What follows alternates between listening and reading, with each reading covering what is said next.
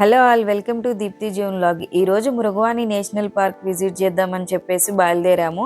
మేము వెళ్ళే దారిలో ఇట్లా వెజిటేబుల్ తోటలు కనిపించాయి. మా పిల్లలకి చూపించినట్టు కూడా ఉంటుందని చెప్పేసి కొంచెం సేపు కారు పక్కన ఆపుకొని చక్కగా ఈ పొలాలన్నీ తిరిగేసాము.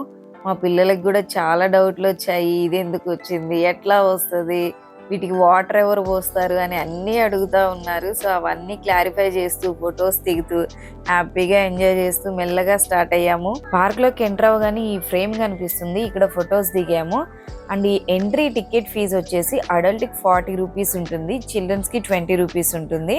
సఫారీ రైడ్ కి పర్ హెడ్ 70 రూపీస్ ఉంటుంది.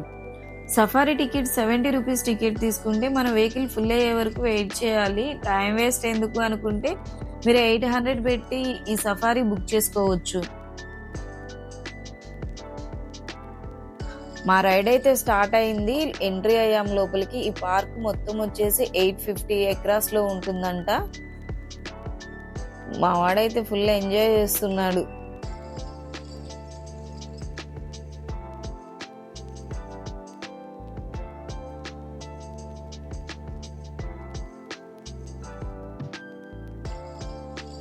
చూడండి పీకాక్స్ రోడ్డు మీద ఎట్లా వాక్ చేస్తున్నాయో.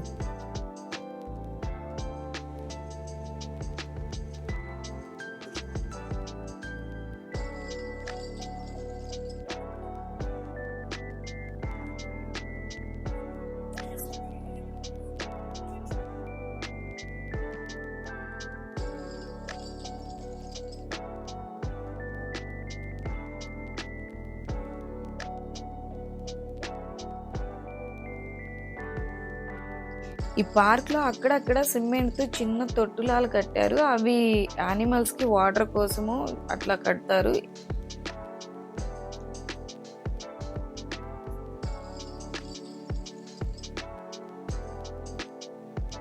అవి చూసారా, అక్కడ ఒక తొట్టు ఉంది.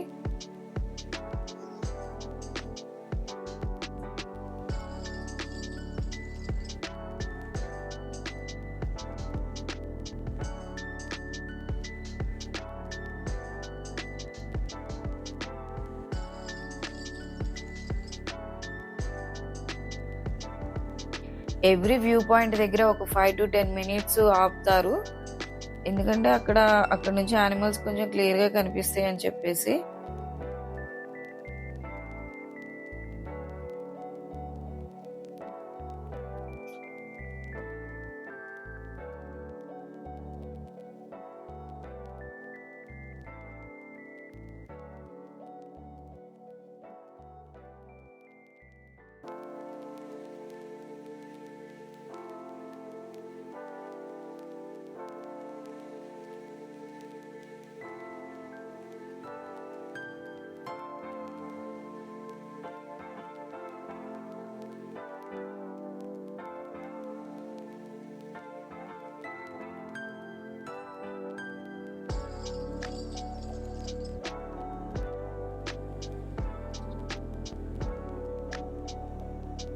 చూసారా పికాక్ టైల్ ఎంత క్యూట్ గా ఉందో.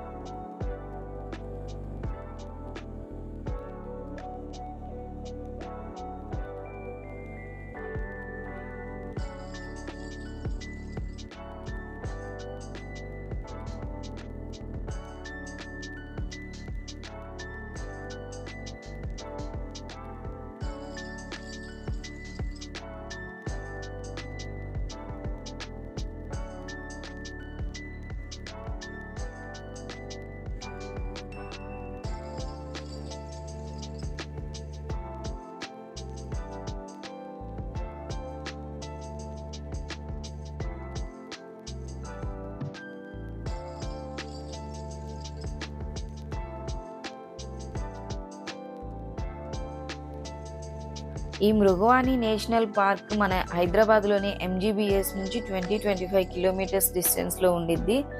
ఇది ఎగ్జాక్ట్గా చిలుకూరి బాలాజీ టెంపుల్కి చాలా దగ్గరగా ఉంటుంది. అంటే 1 డే విజిట్కి ప్లాన్ చేసేవాళ్ళు మీరు చిలుకూరి బాలాజీ టెంపుల్ చూసుకొని అయినా ఈ పార్క్ విజిట్ చేయొచ్చు.